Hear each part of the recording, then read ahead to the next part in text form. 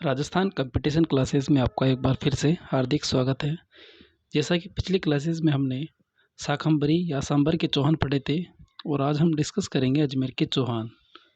ये अजमेर के चौहान है।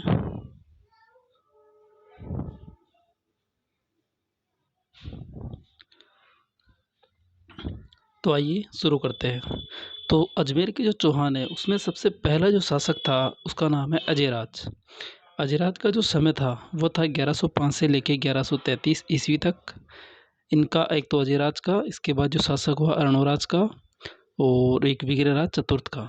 इनका समय आपको हमेशा याद रखना है, एग्जाम में कभी भी पूछा जा सकता है और एग्जाम में पूछा भी जाता है। तो जो अजयराज है, अजयराज के पिता का नाम पृथ्वीराज चौहान प्रथम था। अजयराज ने अपनी राजधानी अजमेर को बनाई और अजयराज की जो पत्नी थी उनका नाम था सोमल देवी।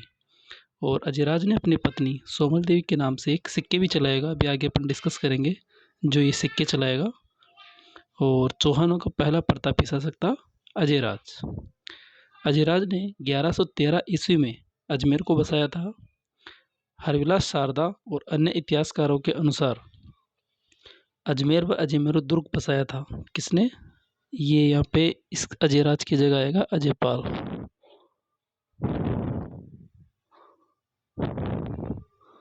अजयपाल ने ये बात तो कह रहा है कौन? हरविलास शारदा और अन्य इतिहासकार क्या कह रहे हैं कि अजमेर और अजमेर दुर्ग की स्थापना है, अजमेर दुर्ग को किसने बसाया? अजयपाल ने 7वीं शताब्दी में। जबकि यही चीज़ आगे ये मैं बता दूं, नोट डालकर जो लिखी हुई है, colonel James Tod. Colonel James Tod के अनुसार अजमेर दुर्ग का निर्माण 7वीं शताब्दी में अजयपाल ने करवाया। तो ये कई किताबों में अलग अलग दिया हुआ है, तो ये आपको ध्यान रखना है एक बार। इसके अलावा अजमेर को चौहानों की राजधानी बनाई किसने? अजयराज ने। अब बात करते हैं अजमेर ने जो अजमेर दुर्ग बसाया उसका निर्माता अजयराज। अजमेर दुर्ग किस पहाड़ी पर बना हुआ है? तो वो है बेटली पहाड़ी पर, इसलिए इसको गढ़ बेटली भी कहा जाता है।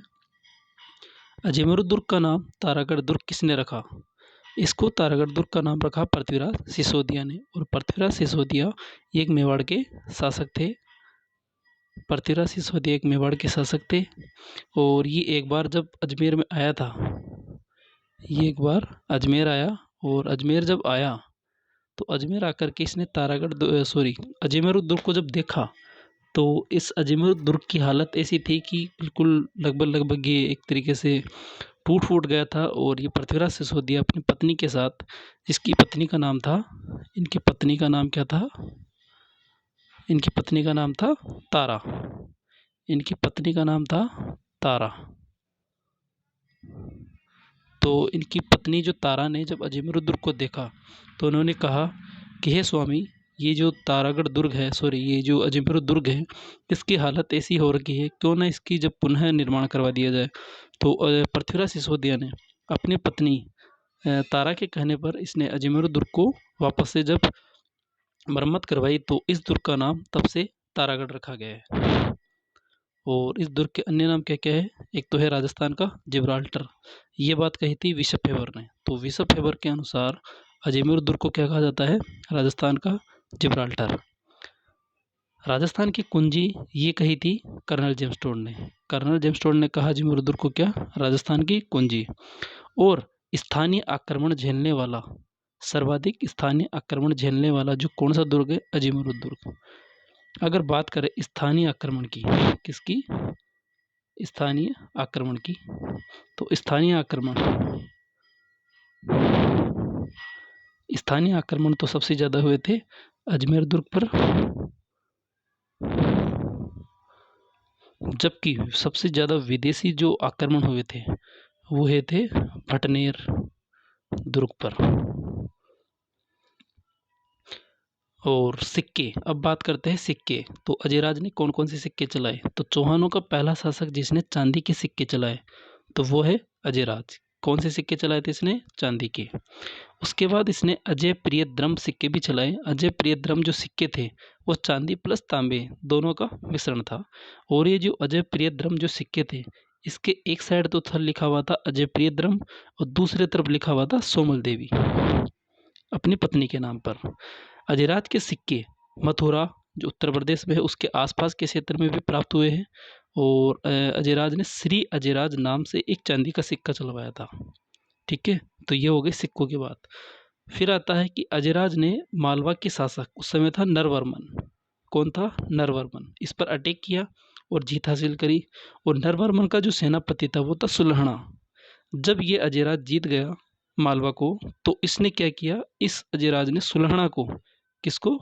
इस सुलहना को बंदी बना करके कहाँ लेके आया? अजमेर में। और घोड़े की पीठ पर बांध करके इसको कहाँ लेकर आया? अजमेर में। अजमेर के अजयराज ने मालवा के 3 राजाओं का वध किया था। एक था चाचिंग, एक था सिंघुल और एक था यशोराज। उसके बाद आता है अजयराज शैव धर्म का अनुयायी था, फिर भी यह जैन धर्म को आश्रय प्रदान किया था। ये लाइन इंपॉर्टेंट है, ध्यान रखना कि अजयराज जो था वो कौन से धर्म का अनुयायी था? शैव धर्म का। लेकिन फिर भी इसने जैन धर्म को क्या दिया था? आश्रय प्रदान किया था। अजयराज ने पार्श्वनाथ जैन मंदिर पर स्वर्ण कलश चढ़ाया था। और इसी के अलावा अजयराज ने और क्या किया? अजयराज ने, जब जैन धर्म के 2 भाग थे, एक तो था दिगंबर और एक था श्वेतांबर। जब दिगंबर और श्वेतांबर दोनों के मध्य जब शास्त्रार्थ दंगल हुआ, यानी दोनों के मध्य शास्त्र को लेकर के कौन विद्वान है, तो इन दोनों के बीच में एक प्रतियोगिता आयोजित हुई, दंगल हुआ था। तो इस दंगल की अध्यक्षता किसने करी थी? वो की थी अजयराज ने। ये आपको ध्यान रखना है।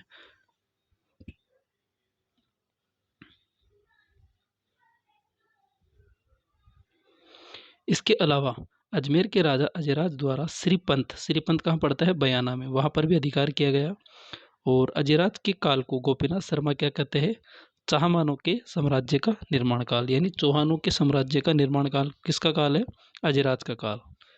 और इस अजयराज ने अपने अंतिम समय में राजपाट त्याग करके संन्यास ग्रहण कर लिया था। ये लाइन आपको याद रखनी है। अजयराज के बाद जो शासक हुए, सबसे इम्पोर्टेंट शासक, उनका नाम था अर्णोराज। अर्णोराज का समय है 1133 से लेकर 1153 ईस्वी। अर्णोराज के जो पुत्र थे, तो सबसे पहला पुत्र था जगदेव, विग्रहराज चतुर्थ, सोमेश्वर चौहान और एक था देवदत्त। जो जगदेव थे, जगदेव को पितृहंता शासक भी कहा जाता है, क्योंकि इसने अपने पिता अर्णोराज की हत्या कर दी थी। विग्रहराज चतुर्थ को भातृहंता शासक कहा जाता है, इसने अपने भाई की हत्या करी। और जो तीसरे नंबर का पुत्र है सोमेश्वर चौहान, और चौथा है देवदत्त।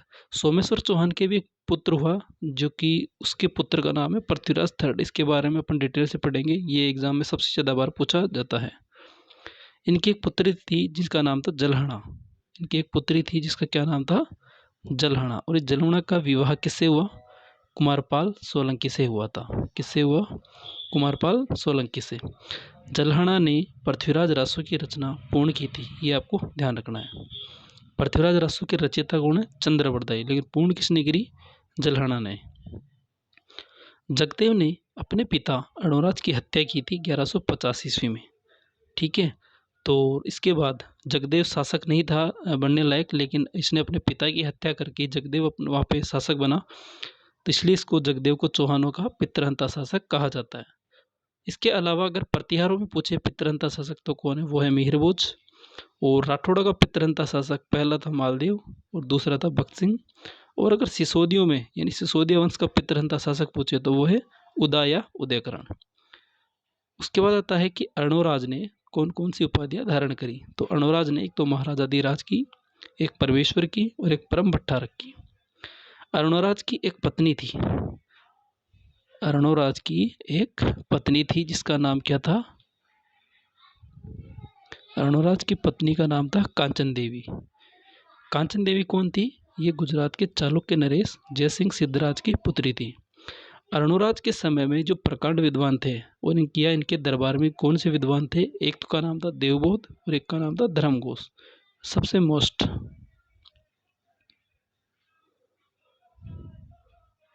ठीक है, सबसे मोस्ट यही है कि इनके दरबार में कौन कौन से विद्वान थे। एक का नाम था देवबोध और एक का नाम था धर्मघोष। अर्णोराज ने निर्माण कार्य देखिए अब क्या है। ये है नागपहाड़, ये है नागपहाड़ और ये है तारागढ़ पहाड़ी। नागपहाड़ से एक नदी आती है जिसका नाम है चंद्रा नदी, और तारागढ़ पहाड़ी से जो नदी आ रही है उसका नाम है बांडी नदी। इन दोनों नदियों के पानी को रोक करके इसने आना सागर झील का निर्माण करवाया। अब क्यों करवाया? इस झील का निर्माण तुर्की सेना के संहार के बाद खून से रंगी धरती को साफ करवाने के लिए अर्णोराज ने 1137 में चंद्रा नदी के पानी को रोक करके करवाया। अर्णोराज ने पुष्कर में एक वराह मंदिर का निर्माण करवाया। किसका निर्माण करवाया? वराह मंदिर का। जो वराह मंदिर है ये किसको समर्पित है? ये भगवान विष्णु के वामन अवतार को समर्पित है। लेकिन वराह मंदिर की मूर्तियों को तुड़वा करके आनासागर झील में फिकवा दिया। किसने? ये यहाँ पे लिखा नहीं, शायद यहाँ पे आएगा औरंगजेब। औरंगजेब ने इस वराह मंदिर की मूर्तियों को तुड़वा करके, जब मैं पीडीएफ दूंगा तो उसमें ये सब करेक्ट हो गया है आपके पास। तो औरंगजेब ने इस वराह मंदिर की मूर्तियों को तुड़वा करके कहाँ फिकवाया? आनासागर झील में फिकवा दिया। अब इस मंदिर का पुनः जीर्णोद्धार किसने करवाया था? महाराणा प्रताप के भाई समर ने। ये आपको ध्यान रखना है कि वराह मंदिर का जीर्णोद्धार किसने करवाया? महाराणा प्रताप के भाई समर ने। उसके बाद आता है महाराणा प्रताप के अर्णोराज के द्वारा लड़े गए युद्ध। अर्णोराज ने गुजरात के शासक कुमारपाल के साथ एक युद्ध किया। उसमें अर्णोराज जो था वो हार चुका था और जो कुमारपाल था वो जीत चुका था। जब अर्णोराज हार चुका था तो अर्णोराज ने अपनी पुत्री, जिसका नाम था जलहणा, इस जलहणा का विवाह किससे करवाया? इस जलहणा का विवाह करवाया गुजरात के शासक कुमारपाल से। किससे? गुजरात के शासक कुमारपाल से। कुमारपाल का विवाह जलहणा के साथ हुआ। और उसके बाद आता है कि एक ग्रंथ है कुमारपाल चरित। इस कुमारपाल चरित के लेखक कौन है? जयसिंह सूरी। ये गलती मत कर देना कि इसका लेखक कहीं आप कुमारपाल कर दो। तो इस कुमारपाल चरित का लेखक है जयसिंह सूरी। ये जो युद्ध हुआ था, कौन सा युद्ध? ये वाला युद्ध। ये कहाँ हुआ था? आबू के निकट। आबू के निकट। और इस युद्ध की जो जानकारी मिलती है वो कहाँ कहाँ मिलती है?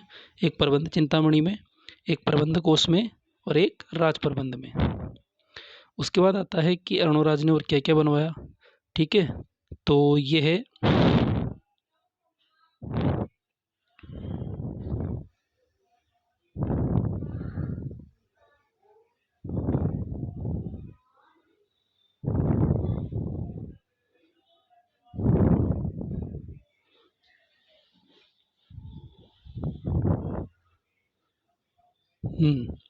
अब बात करते हैं कि अर्णोराज के शासनकाल में 2 मुगल बादशाह आए थे। तो सबसे पहला जो मुगल बादशाह आया उसका क्या नाम था? उसका नाम था जहांगीर।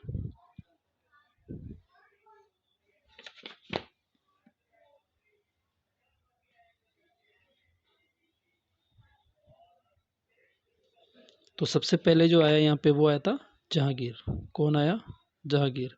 और जहांगीर जब आया अजमेर घूमने के लिए, तो अजमेर जब घूम के जब जा रहा था वापस, तो ये देखा कि क्यों ना कुछ यहाँ पे बनवा के जाए। तो इसने बनवाया सुभाष उद्यान। क्या बनवाया? सुभाष उद्यान। इस आनासागर झील के बगल में एक उद्यान है जिसका नाम है सुभाष उद्यान, जिसको दौलत बाग भी कहते हैं। और इसका निर्माण करवाया जहांगीर ने। और कहा जाता है कि ये जो सुभाष उद्यान है, इस उद्यान में जो गुलाब के फूल लगे हुए हैं, उन्हीं फूलों से नूरजहाँ की माँ, जिसका नाम है अस्मत बेगम ने गुलाब के इत्र का आविष्कार किया था। ठीक है। जब ये जहांगीर जब अजमेर से जब वापस गए दिल्ली, तो वहाँ जाकर के जब इसने स्टोरी सुनाई तो बताया कि मैंने यहाँ पे ये निर्माण करवाया। तो इसी बात को जब इसका बेटा सुना शाहजहाँ, तो शाहजहाँ भी जिद करने लगा कि मैं भी अजमेर जाऊँगा। तो अजमेर जब गए ये भी शाहजहाँ, तो शाहजहाँ भी सोचा कि क्यों ना, जब मेरे पिताजी बनवा के आए कुछ ना कुछ, तो मैं भी क्यों यहाँ पे कुछ बनवाऊँ। तो इसने इस उद्यान के किनारे पे ही एक 5-12 दरी का निर्माण करवाया। तो एग्जाम में पूछा जाता है क्वेश्चन कि 5-12 दरी का निर्माण किसने करवाया? शाहजहाँ ने करवाया। ठीक है। और इसी के पास में जहांगीर ने एक चीज़ और बनवाई थी जिसका नाम है चश्मा ए नूर झरना। इसका निर्माण करवाया जहांगीर ने। उसके बाद जो शासक हुए उसका नाम था विग्रहराज चतुर्थ। कौन था? चतुर्थ। बात करते हैं विग्रहराज चतुर्थ की। तो विग्रहराज चतुर्थ का जो शासनकाल था वो था 1158 से 1163 ईस्वी। विग्रहराज चतुर्थ का जो उपनाम है बीसल देव। विग्रहराज चतुर्थ ने एक उपाधि धारण की जिसका नाम था कवि बांधव या कट्टी बांधव। अब ये कटी बांधव कवि बांधव की उपाधि क्यों दी गई? क्योंकि जो विग्रहराज चतुर्थ था इसके दरबार में काफ़ी विद्वान थे, इसलिए इसने क्या किया कि विद्वानों को ये आश्रय देता था। तो विद्वानों का आश्रयदाता होने के कारण पंडित जयानक भट्ट ने ये उपाधि दी। और ये भी ध्यान रखना कि जो कवि बांधव की उपाधि दी थी वो किसने दी थी? जयानक ने। ठीक है।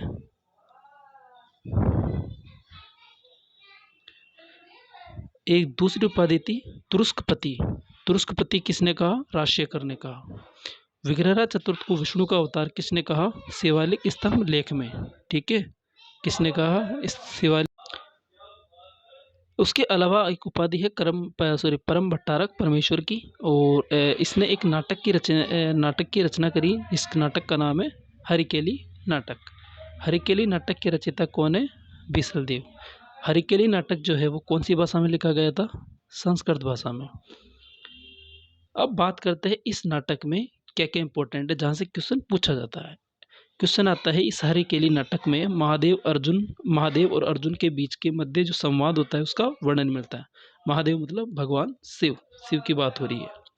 बात करते हैं हरिकेली नाटक किस पर निर्भर था? ये जो हरिकेली नाटक है वो किस पर निर्भर था? किरातार्जुनीय पर। ठीक है। और इस नाटक की कुछ पंक्तियां तो संस्कृत पाठशाला में, यानी जो भी 2.5 दिन का जो पढ़ा है वहाँ पे, तथा इसकी कुछ पंक्तियां राजा राम मोहन राय जो स्मारक है कहाँ पे है? ये ब्रिस्टल इंग्लैंड में है। ठीक है, तो वहाँ अंकित है। तो हरिकेली नाटक की पंक्तियां कहाँ कहाँ अंकित है? एक तो संस्कृत पाठशाला में और दूसरा है राजा राम मोहन राय स्मारक पर। विग्रहराज चतुर्थ ने क्या क्या निर्माण करवाया? एक तो करवाया बिसलपुर झील का जो कि अजमेर में है, एक बिसलपुर बांध का जो टोंक में है, बिसलपुर कस्बा वो भी टोंक में है, संस्कृत पाठशाला ये भी टोंक में है, और एक संस्कृत पाठशाला अजमेर में, वहाँ पर भी निर्माण करवाया। बात करते हैं संस्कृत पाठशाला जो कि अजमेर में थी, इसका नाम पहले सरस्वती कंठाभरण था, लेकिन संस्कृत पाठशाला को कुतुबुद्दीन ऐबक ने नष्ट करवा दिया और इसकी जगह पर 2.5 दिन का झोपड़ा बनवा दिया। 2.5 दिन के झोपड़ा जो कि राजस्थान की पहली मस्जिद है। ठीक है, 2.5 दिन के झोपड़े में 16 खंबे 16 ये खंडन ये खंबे है, ये आपको ध्यान रखना है। 16 खंडे नहीं खंबे। ठीक है, तो इसीलिए 2.5 दिन के झोपड़े को 16 खंबों का महल भी कहा जाता है। ठीक है।